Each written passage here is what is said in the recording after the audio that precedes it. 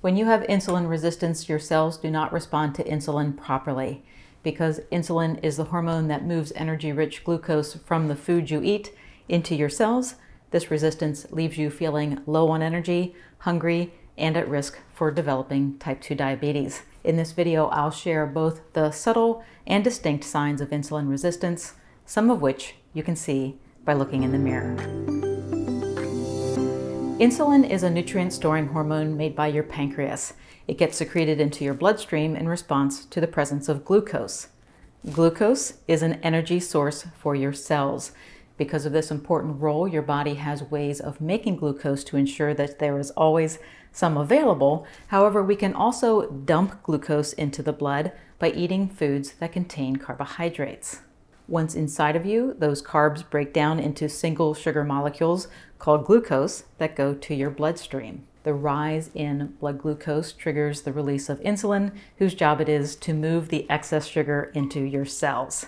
With insulin resistance, your cells do not respond to insulin well. In other words, your cells resist insulin's attempt to deliver glucose. Your pancreas can make more insulin to overcome your cell's resistance for a while, but if your food choices are causing frequent spikes in blood sugar, it can overwhelm the system to the point where your pancreas cannot keep up with the demand. Without enough insulin to push glucose into resistant cells, blood glucose levels remain elevated, putting you at risk for developing type 2 diabetes. So you can see how eating a high-carb diet opens the door to insulin resistance. However, not all carbs are created equal. Some digest slowly, causing a gradual increase in blood sugar levels that, in a healthy person, can be managed by insulin. These slow-digesting carbs come from whole, unprocessed foods like vegetables, high-fiber fruits, nuts, seeds, beans, and unprocessed grains. Other carbohydrates digest quickly, causing a rapid dumping of sugar into your blood that requires a large dumping of insulin to bring the level under control. Quick digesting carbs include sugary drinks like soda and sweetened tea, as well as refined carbohydrates like the 3 C's, cookies, cakes, and candies. Because these foods are already in their basic form, your digestive system sends them quickly into your bloodstream with very little effort. You can see that a diet high in refined carbohydrates and sugary drinks is a risk factor for developing insulin resistance.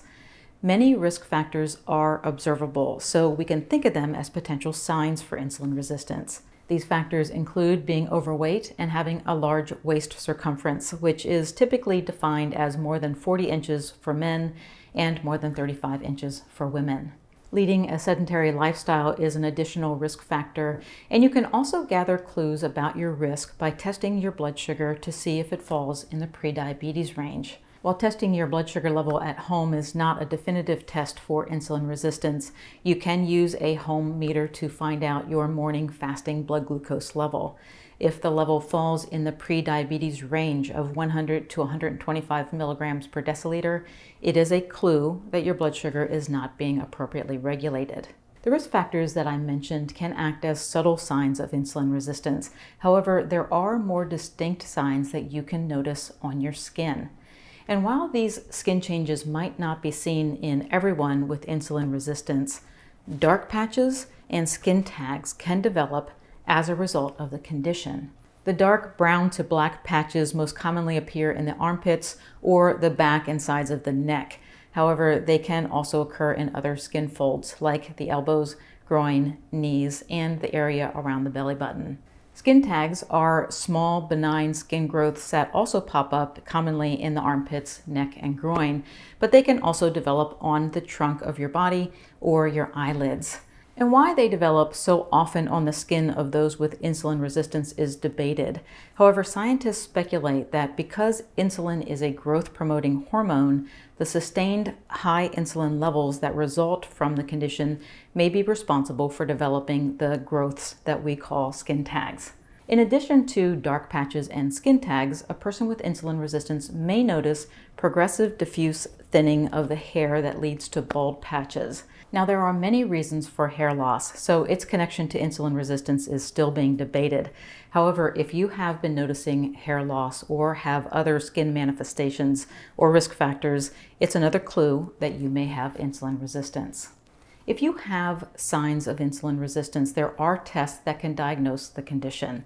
The gold standard for insulin resistance diagnosis is something called the euglycemic insulin clamp. Unfortunately, this test is invasive and expensive, so it is used in research studies and not something that you can ask your family doctor to perform. However, you can ask your doctor for a couple of blood tests that can get you closer to a diagnosis. There is an index referred to as the Homeostasis Model Assessment of Insulin Resistance, or HOMA-IR. You can calculate your HOMA-IR score by plugging the results of 2 blood tests into a formula. The 2 blood tests that you can ask your doctor to order are your fasting glucose level and your fasting insulin level. And the website, The Blood Code, has an online calculator that will do the math for you and provide you with the ranges from normal to significant insulin resistance. And I will point you in that direction if you're curious. You can make diet and lifestyle changes that reverse insulin resistance. Carbohydrates are the type of food that cause the highest rise in blood sugar and insulin levels. By following a low-carb diet, you lessen insulin's workload, making insulin resistance less of an issue. And if you're just getting started with a low-carb diet, take the first step by counting how many grams of carbohydrates you are taking in, aiming for no more than 125 grams per day. Most animal-based foods are naturally low in carbohydrates. When choosing plant-based foods, pick the ones that still look like the plant they came from and avoid the packaged ones that have been manufactured to look healthy. For instance, eat the green vegetables from the produce area and not the green veggie sticks from the chip aisle. If you need a guide to help you make the best low-carb choices, you can download my list of 100 low-carb foods through the links provided here on the video or below in the description area. Getting regular exercise makes it easier for your cells to take in glucose, essentially reversing the resistance that they once had. The nice thing is that all forms of exercise have been shown to help. So whether you enjoy aerobic style exercises like walking or riding bike, or you prefer lifting weights at the gym, you will benefit. Insulin resistance is a common condition that is strongly influenced by your food choices and activity level. A complete diagnosis requires blood work, but there are signs that point to the presence of the condition. Some of these signs are seen on the skin. Dark patches and skin tags that develop on your neck, under your arms, or around other skin folds are often associated with insulin resistance. There are also observable risk factors that, if present, may indicate insulin resistance. These risk factors include being overweight with a large waist measurement and leading a sedentary lifestyle. The good news is that you can take steps to improve your insulin sensitivity and halt the progression of this condition. The best place to start is with your diet. By lowering your overall carb intake and focusing on whole, unprocessed foods, you maintain stable blood sugar and insulin levels that keep your body healthy. You can download my list of 100 low-carb foods through the links provided. Thanks for watching. Please click the subscribe button before you go, and have a great rest of your day.